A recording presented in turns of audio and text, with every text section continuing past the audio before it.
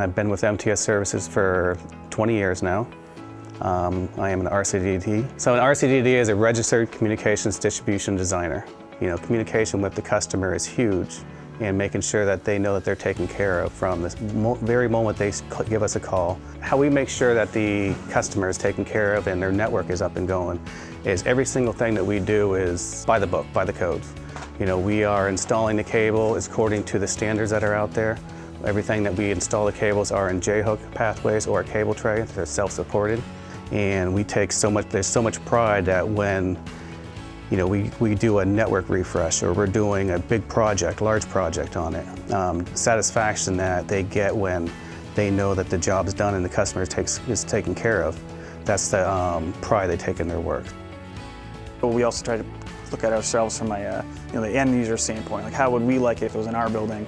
And how would we utilize it correctly? How does it look aesthetically? Does things make sense? If we see something that might be a little different, bring it up to the customer and be like, would you like to switch it out and do this way too? So it's good. We're trying to put ourselves in all scenarios to look at the project.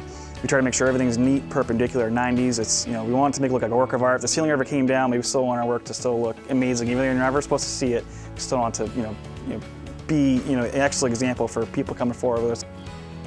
So I'm here at one of these customer sites in New Hampshire. It's one of the largest hospitals in the state. So this project's very big because I've never seen this amount of cable in these exam rooms. So we're doing it's about 24 cables per patient room, and there are 64 patient rooms on just 2 floors.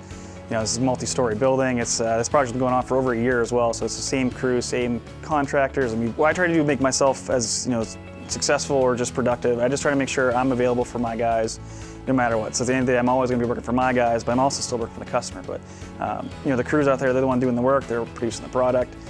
So whether they need drawings or parts, or just I have to ask the hard questions to a customer, or give my guys the bad news. I try to play the middle guy, in between. But at the end of the day, I'm always still going to be working for my guys. So whatever they need, I'll help them out with it.